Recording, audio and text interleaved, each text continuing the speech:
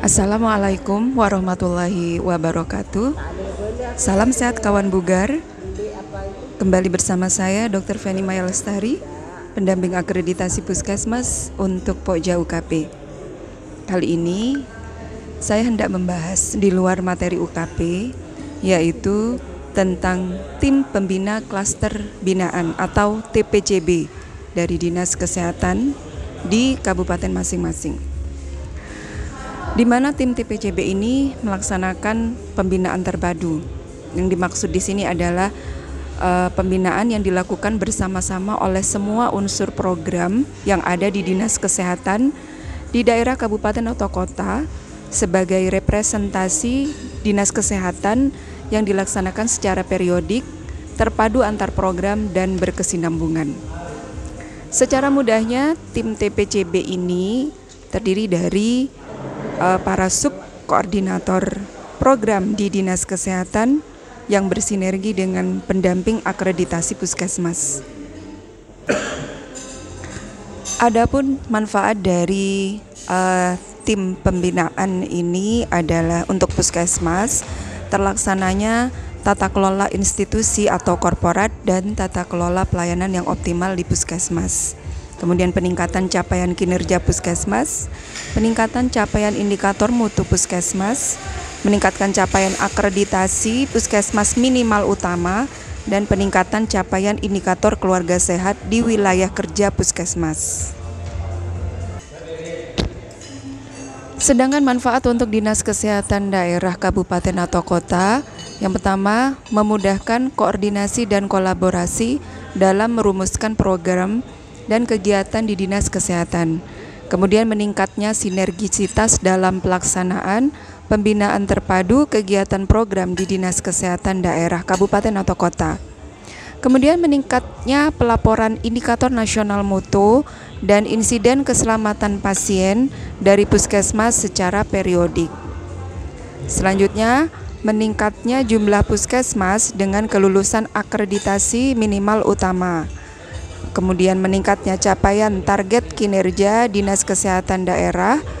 Kemudian meningkatnya capaian IKS atau Indeks Keluarga Sehat.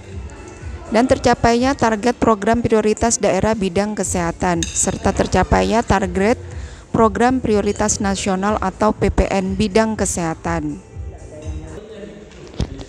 Adapun konsep dari pembinaan tim TPCB ini yaitu sinergi dari para pendamping akreditasi Puskesmas yang telah terlatih bersama para pemegang program, yaitu subkoordinator program di tiap bidang Dinas Kesehatan.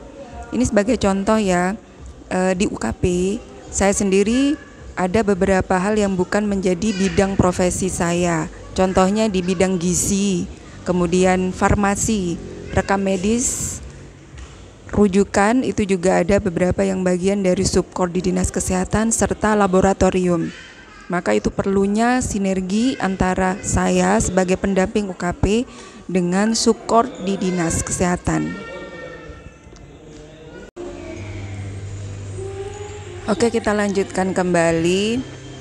Saya akan bahas tentang beberapa standar di Pokja UKP yang memang perlu teman-teman untuk mengkonsultasikan pada tim TPCB di Dinas Kesehatan. Yang pertama yaitu standar 3.3 pada pelayanan kegawat daruratan. Di situ tentang PSC 119 dan SPKDT, teman-teman perlu untuk berkonsultasi kepada tim support rujukan di Dinas Kesehatan.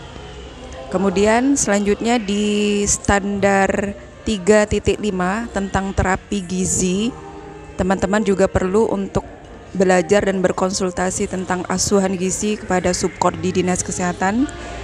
Yang selanjutnya yaitu standar 3.7 tentang rujukan.